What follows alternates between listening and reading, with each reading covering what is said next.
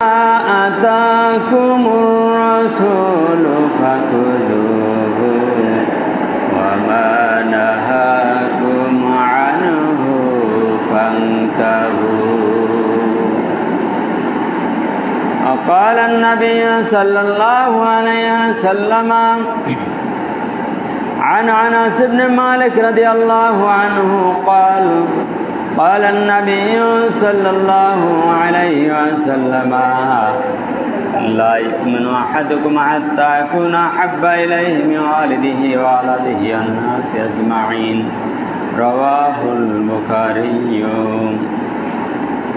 وقال تعالى في شان حبيبه مخبرا وآمرا إن الله ملائكته يصلون على النبي يا أيها الذين آمنوا صلوا عليه وسلموا تسليما. اللهم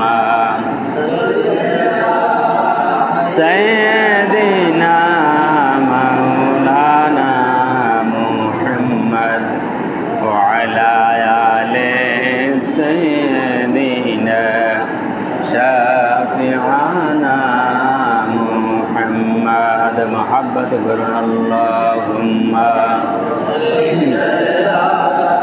سيدنا مولانا محمد وعلى آل سيدنا شافعنا محمد.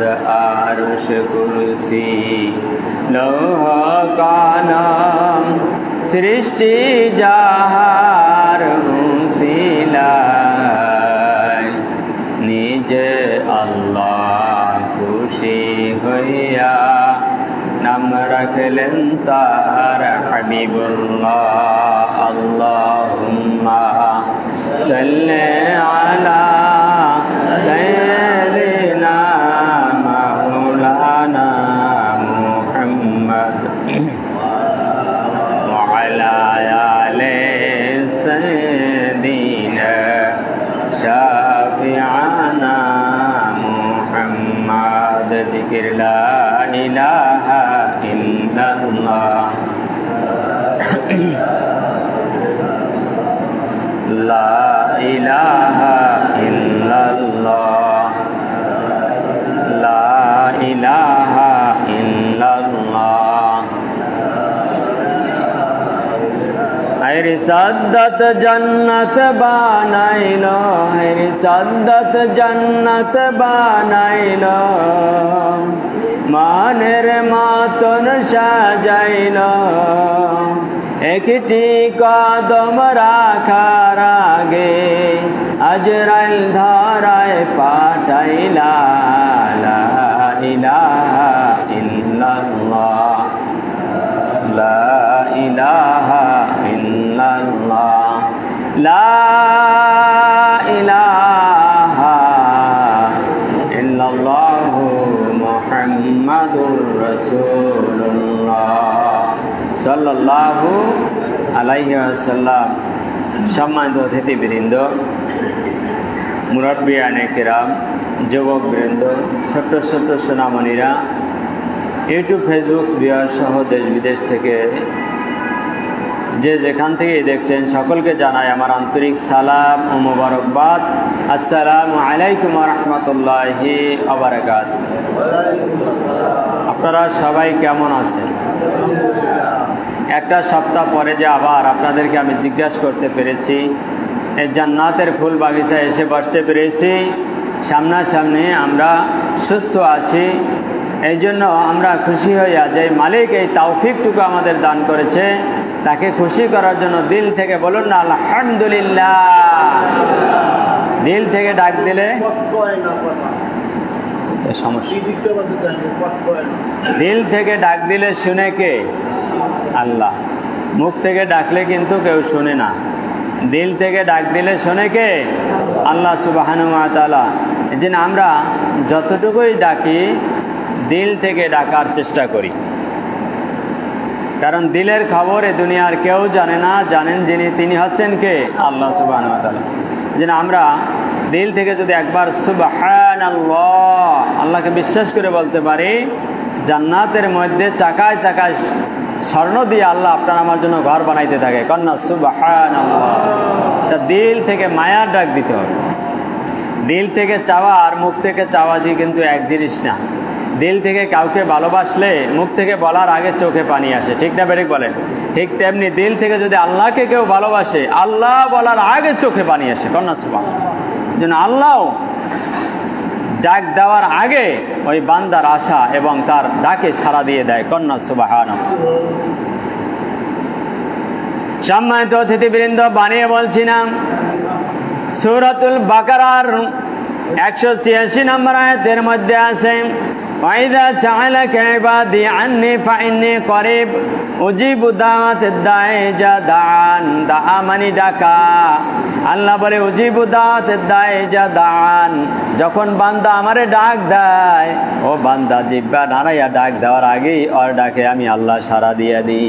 সুবহানাল্লাহ। কোন উজিবু জবাব দিয়ে দিই, আমি ডাকে তার সাড়া দিয়ে দিই। আমরা দিল থেকে যদি মালিককে ডাকতে পারি, রাতে ডাকেন দিনে ডাকেন, আমাদের ডাকে দুনিয়ার কেউ না শুনলেও কলিজা ভাঙ্গা ডাক শুনেন কে? আল্লাহ বলতেছে উজিবু দাওয়াতাদ দাঈ ইযা দাআন। বান্দা যখন আমাকে ডাক দেয় বিপদে পড়া, কাউকে ডাক দেয় না, তখন আমি আল্লাহই ওর জন্য যথেষ্ট, কন্যা সুবহানাল্লাহ। সূরা তালাকের 3 নম্বর আয়াত। ওমাই ইয়াতাওয়াক্কাল আলাল্লাহ ফাহুয়া হাসবুহু। আমার আল্লাহ বলেন, যেই বান্দা বান্দিগুলায় আমি আল্লাহর উপরে তাওয়াক্কাল করে, সব কাজের মধ্যে, বিপদের মধ্যে, অসুখ বিসুখের মধ্যে, আমাইয়া তাওয়াক্কাল, যারা তাওয়াক্কাল করবে আলাল্লাহ আল্লাহর উপরে, আমাইয়া তাওয়াক্কাল আলাল্লাহ ফাহুয়া হাসবুহু, তার জন্য আমি আল্লাহ যথেষ্ট, আর কাউরে লাগবে না, কন্যা সুবহানাল্লাহ। যেন বিপদে পড়ছেন, অসুস্থ হয়েছেন, বাচ্চা অসুস্থ আছে, সন্তান বিদেশে অসুস্থ আছে, দুনিয়ার কারো কাছে বলার আগে একজনকে ডাক দিব, তিনি কে? 2 রাকাত নামাজ পড়ে ওযু করে আল্লাহকে ডাক দেওয়ার জন্য সিজদায় পড়ে যান। আল্লাহর জন্য সূরা বাকারার 45 নম্বর আয়াতের মধ্যে বলেন, ওয়াস্তাঈনু বিস-সাবরি ওয়াস-সালাহ, তোমরা আমার কাছে সাহায্য চাবা, ওয়াস্তাঈনু সাহায্য চাবা, বিস-সাবরি 1 নম্বরে সবর করতে হবে। কি করতে হবে? বিপদে পড়ছে সন্তান, লাভ দিলে কামাইবে, বিষ খেলে কাজ হইবে, গলায় দড়ি দিলে কাজ হইব, আগে ধৈর্য ধারণ করো, ইখতিয়ার করো। আস্তাঈনু বিস-সাবরি ওয়াস-সালাহ, এরপর 2 রাকাত সালাত মানে সালাত নামাজ পড়ো, আস্তাঈনু, এরপর আমার কাছে সাহায্য চাও, কন্যা সুবহানাল্লাহ। আল্লাহ বলেন, তোমার কি সমস্যা আছে? কত গুনাহ করছো, সমস্ত গুনাহ আমি আল্লাহ মাফ করতে পারি, সকল সমস্যার সমাধান আমি আল্লাহ দিতে পারি, কন্যা সুবহানাল্লাহ। যত রকমের সমস্যা আছে, সকল সমস্যার সমাধান যিনি দিতে পারেন তিনি হলেন আল্লাহ রাব্বুল আলামিন। সম্মানিত অতিথিবৃন্দ, এই মাসে এমন একটা মাস, এমন একটা বরকতময় মাসের মধ্যে আমরা বসতে পেরেছি। এই মাসটা হলো রবিউল আউয়াল মাস। সকলে বলুন আলহামদুলিল্লাহ। আপনার আমার কলিজার টুকরা হাবিবে কিবরিয়া, যাকে আল্লাহ রাব্বুল আলামিন দোস্ত বানাইছে, যার সাথে, কন্যা সুবহানাল্লাহ, যিনি হাবিবুল্লাহ নাম দিয়েছে। আল্লাহ রসুল বলেছে, ও সাহাবীরা, তোমরা এক এক নবীর এক এক প্রশংসা করো। আমি শুনতে পেয়েছি মসজিদে নববীর মধ্যে, আমি কেমন নবী আল্লাহর তা তো তোমরা জানো না। বলল, না ইয়া রাসূলুল্লাহ, আমরা জানি না। আদম সফিউল্লাহ, মুসা কালিমুল্লাহ, ঈসা রুহুল্লাহ, এরকম প্রশংসা করতেছ মসজিদে নববীর মধ্যে বসে বসে। ও সাহাবীরা, কলিজার টুকরা সাহাবীরা, তোমরা কি জানো আমি কেমন নবী? আমি কেমন নবী তা তো টাইটেল তোমরা আজও শেখো নাই, কন্যা সুবহানাল্লাহ। সাহাবীরা আবু বকর ওমরের মতো সাহাবী থমকে গেল, বলল, ইয়া রাসূলুল্লাহ, ইয়া হাবিবাল্লাহ, আপনি কেমন নবী আমাদের একটু জানায় দেন। বলল, আদম সফিউল্লাহ, ঈসা রুহুল্লাহ, মুসা কালিমুল্লাহ হতে পারে, কিন্তু আমি হলাম মুহাম্মদুর রাসূলুল্লাহ, আমি হলাম আল্লাহর হাবিবুল্লাহ, কন্যা সুবহানাল্লাহ। সকল নবীরা মুসা কালিমুল্লাহর দল, সকল নবীরা আল্লাহকে খুশি করার জন্য সারা জীবন কাজ করেছে। আর আমি হাবিবুল্লাহ শব্দের অর্থ হলো এই, আমি আল্লাহ আমাকে খুশি করার জন্য সর্বদা কাজ করে। সুবহানাল্লাহ। সবাই কাজ করছে আল্লাহরে খুশি করার জন্য, আর আমি শেষ নবী, এমন নবী যে আমাকে খুশি করার জন্য আমার আল্লাহ সর্বদা কাজ করতে থাকে, কন্যা সুবহানাল্লাহ।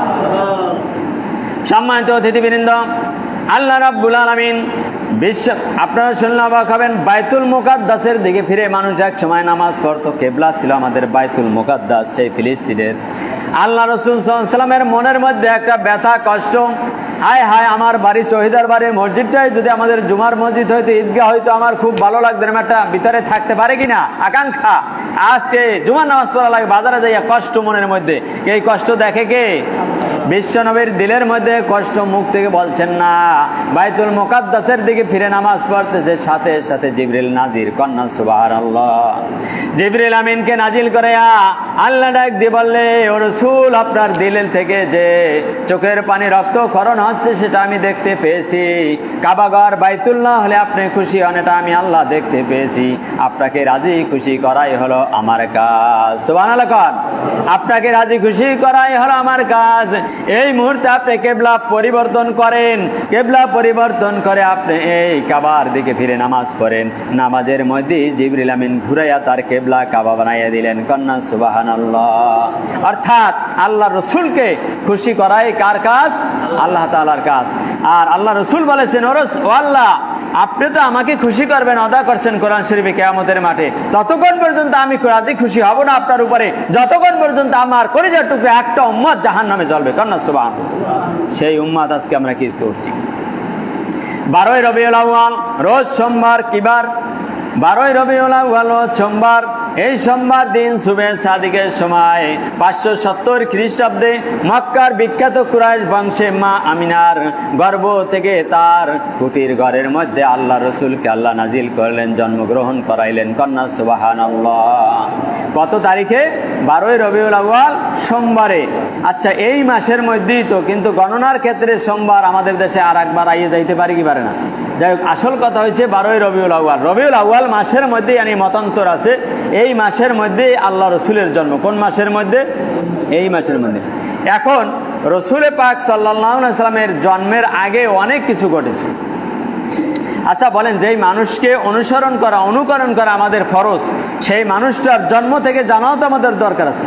যেই চেয়ারম্যানের পিছনে গড়বো, আমরা ভোট দেবো, যাকে নির্বাচন করব, তার চরিত্র কেমন, জন্ম কোথায়, বাড়ি কোথায়, জানার আগে দরকার আছে না নাই? না একটা খারাপ মানুষের আপনি ভোট দিয়ে দেবেন, কথা কানাবেন। আর জন্ম আগে না কাজ আগে? আগে জন্ম, ঠিক কিনা বলেন? রসুলের জন্ম জানা দরকার। কি দরকার? রসুলকে অনুসরণ করতে হলে তার জন্ম আগে জানা দরকার। কারণ সে জন্ম কোথায়, এর মধ্যেও আমাদের শিক্ষণীয় বিষয় থাকতে পারে কি পারে না? সম্মানিত অতিথিবৃন্দ, বিশ্ব নবী সাল্লাল্লাহু আলাইহি ওয়াসাল্লামের জন্মের আগেই তার বাবা আব্দুল্লাহ দুনিয়া থেকে বিদায় নিলেন। তার বাবা কি করলো? মারা গেল, ইন্তেকাল করলেন। মা আমিনার গর্ভে বাচ্চা রেখে তার পিতা বিশ্ব নবী সাল্লাল্লাহু আলাইহি ওয়াসাল্লামের পিতা আব্দুল্লাহ দুনিয়া থেকে বিদায় নিলেন। এখন এই যে মা আমিনা বিধবা অবস্থায় ছিলেন না? কি ছিলেন? কথা কন, কি ছিলেন? বিধবা, কিন্তু গর্ভে ছিল কি? আমাদের নবী, আখিরি জবানা নবী মুহাম্মদুর রাসূলুল্লাহ সাল্লাল্লাহু আলাইহি ওয়াসাল্লাম। আরব দেশের একটা প্রথা ছিল, এই মাসটাই হচ্ছে রবিউল আউয়াল মাস। পুরো মাসটাই ইনশাআল্লাহ এর উপর আলোচনা করব। আপনারা যত টাইমে আসার চেষ্টা করবেন। আমি ব্যবসা বাণিজ্য করি, মাঝে মাঝে 2-1 মিনিট এদার ওদার হয়ে যায়, আপনারা মাফ করবেন। এমনও মানুষ আসে অনেক সময় পারি না সময়ের সাথে। তা যাই হোক, আমি চেষ্টা করি ইনশাআল্লাহ আপনারা আগে আসার চেষ্টা করবেন। তাই বিশ্ব নবী সাল্লাল্লাহু আলাইহি ওয়াসাল্লাম যখন গর্ভে ছিলেন, ওই যুগে মক্কার না, শুধু আমাদের দেশেরও রেওয়াজ, স্বামী মারা গেলে ভালো খুশবু, ভালো শাড়ি, ভালো কাপড় পিন্ধে আরা ইসলামে জায়েজ নাই। কারণ চোখ যাইতে পারে মানুষের ওই মহিলার দিকে। কথা বুঝছেন আপনারা? এখন বিশ্বনবী সাল্লাল্লাহু আলাইহি ওয়াসাল্লাম যখন গর্ভে আসছে, ওই দিন থেকে তার মা আমিনার শরীর থেকে মিশক আম্বার লাগাইলে, বিদেশি উন্নত মানের সেন্ট লাগাইলে যেই ঘ্রাণ, সেই ঘ্রাণ সুগন্ধি তার শরীর থেকে বেরোচ্ছে। কন্যা সুবহানাল্লাহ। এখন মা আমিনা তো বুঝতে পারতেছে না ঘটনা কি। শুধু তাই না, মা আমিনা বলেন, আমি যদি তপ্ত মরুভূমির মধ্যে, বালুর মধ্যে হাঁটতে যাই, যেই পাথর, মরুভূমির পাথরগুলো উত্তপ্ত হয়ে গরম থাকে, ওই পাথরে পাড়া দিতে দেরি হয়, কিন্তু ওই পাথরটা এসির মতো ঠান্ডা হইতে আর দেরি হয় না। সুবহানাল্লাহ। শুধু তাই নয়, পাথরের জবান খুলে আমার কানে তার কণ্ঠ ভেসে আসে আর বলতে থাকে, আমার ভাগ্য খুলে গেছে, ও আমিনা, তোমার গর্ভে যিনি আছে তিনি আখেরি জমানার নবী, বিশ্ব নবী মুহাম্মদুর রাসূলুল্লাহ। কন্যা সুবহানাল্লাহ।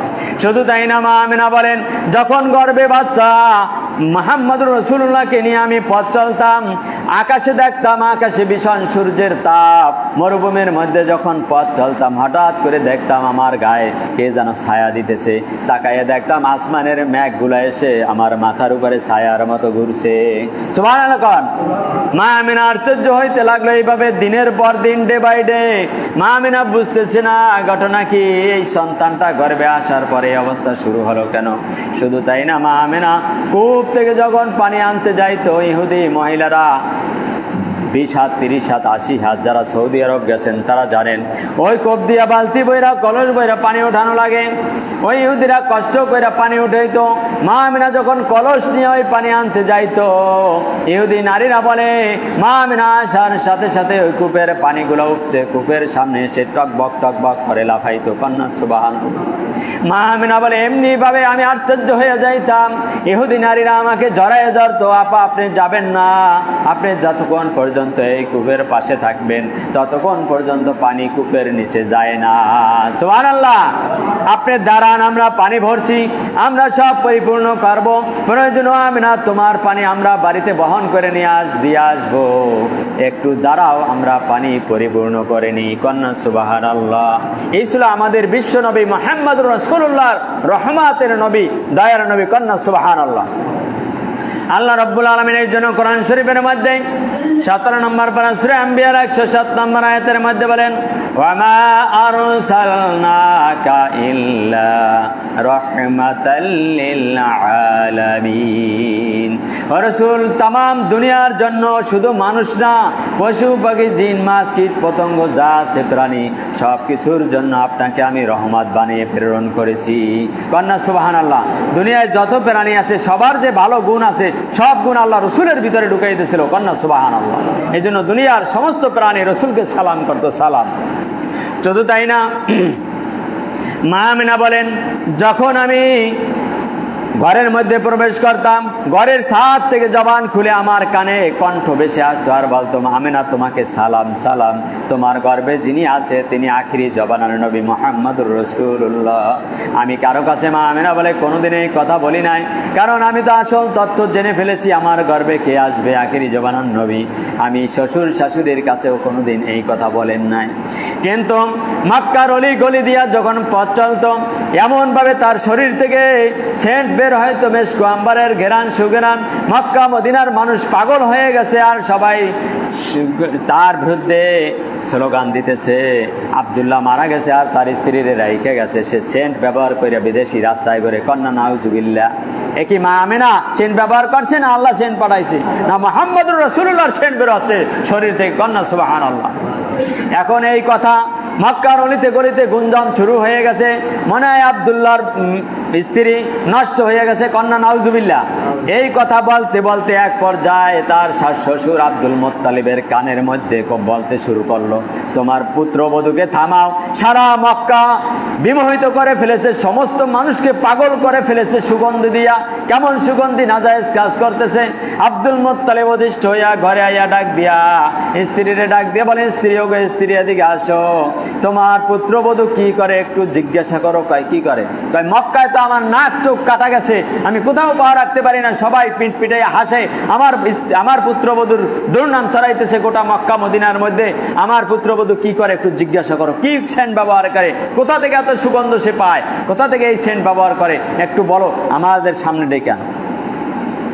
আব্দুল মুত্তালিবের স্ত্রীও বলে, চোখের পানি ছিঁড়ে, ওগো চোখের পানি ছিঁড়ে দিয়া, ওগো প্রাণের স্বামী, আমারও তো একই প্রশ্ন, আমার কলিজার টুকরা পুত্রবধূর আমার ছেলে নাই, অত কষ্টে ভরা আমার জীবনটা, এই জন্য আঘাত পাইবে, কষ্ট পাইবে, আমিও জিগাই না। যখন গোসলখানা থেকে গোসল করে বের হয়, আমি যখন গোসল করতে ঢুকি, গোসলখানার মধ্যে মনে হয় যেন কে যেন সেন্ট ব্যবহার কইরা রাখছে, মেশকো আম্বার ব্যবহার কইরা রাখছে, গোটা গোসলখানার মধ্যে আমি সুগন্ধে তরাইতে পারি না। কন্যা সুবহানাল্লাহ। এখন আব্দুল্লাহরও একই কথা, আব্দুল্লাহ মুত্তালিবেরও একই কথা, তার স্ত্রীরও একই কথা। মা আমিনাকে ডাকা হইল সামনে, এই কথাগুলো শুনতে পাই সমাজের মধ্যে সুগন্ধ ছড়াইতেছে, ঘটনা কি? তখন মা আমেনা চোখের পানি ছেড়ে দিয়ে বলে, ওগো কলিজার টুকরা শ্বশুর শাশুড়ি আম্মা আব্বু, এই কথাটা আমি গোপন রাখতে চেয়েছিলাম, আমি কারো কাছে বলতে চেয়েছিলাম না। এই প্রশ্নটা আমারও, এই সুগন্ধ আমার মধ্যে নাই। আমি দুনিয়ার কোনো সেন্ট ব্যবহার করি না, আমি দুনিয়ার কোনো সাজসজ্জা ব্যবহার করি না। তবে একটা কথা বলতে চেয়েছিলাম, নাটকে কাঠ গড়ায় যখন দাঁড় করিয়েছেন আমি বলতে বাধ্য হইলাম, আমাকে আমার গর্ভে যেই সন্তানটা এসেছে, যেই দিন থেকে এসেছে ওই দিন থেকে শুধু সুগন্ধ না, আমি থুতু ফেলাইলেও সেখান থেকে সেন্ট ব্যবহার হয়। কন্যা সুবহানাল্লাহ। সাথে সাথে শ্বশুর শাশুড়ির সামনে থুতু ফেলাইলেন, সেন্টে ঘরটা একবারে মাতোয়ারা হয়ে গেল। শ্বশুর শাশুড়ি অস্থির হয়ে গেল, বললো এই সেন্ট তো আমার না, এই সেন্ট হলো আমার গর্ভে যেই সন্তান আছে ওই সন্তান থেকে বের হয়। কন্যা সুবহানাল্লাহ। ও শ্বশুর শাশুড়ি, শুধু তাই না, আমি ঘর থেকে যখন উঠানে বের হই ওই গাছগুলা নুয়ে আমারে সালাম করে আর বলতে থাকে, তোমারে সালাম মা আমেনা, তোমাকে সালাম জানাই। তোমার গর্ভে যিনি এসেছে তিনি সাধারণ কোন সন্তান না, তিনি আখিরি জবানার নবী মুহাম্মাদুর রাসূলুল্লাহ। কন্যা সুবহানাল্লাহ। ওই নবীর উপরে দুরূদ পড়েন, আল্লাহুম্মা সাল্লি আলা সাইয়্যিদিনা মাওলানা মুহাম্মদ ওয়া আলা আলি সাইয়্যিদিনা শাফিআনা মুহাম্মদ। সম্মানিত অতিথিবৃন্দ, এখনো কিন্তু জন্মের কাছেও যাইতে পারি না, পারছি। তার মানে এই পুরাটা মাসই রবিউল আউয়াল মাসে রসুলের জন্ম নিয়া, তার মিলাদ এবং তার সিরাতুন নবী নিয়ে কথা বললেও ফুরাবে না। আপনারা আগে আগে আসার চেষ্টা করবেন ইনশাল্লাহ প্রত্যেক জুমায়। সময় শেষ হয়ে গেছে দেখেন বলার আগেই। যাই হোক, আল্লাহ তাআলা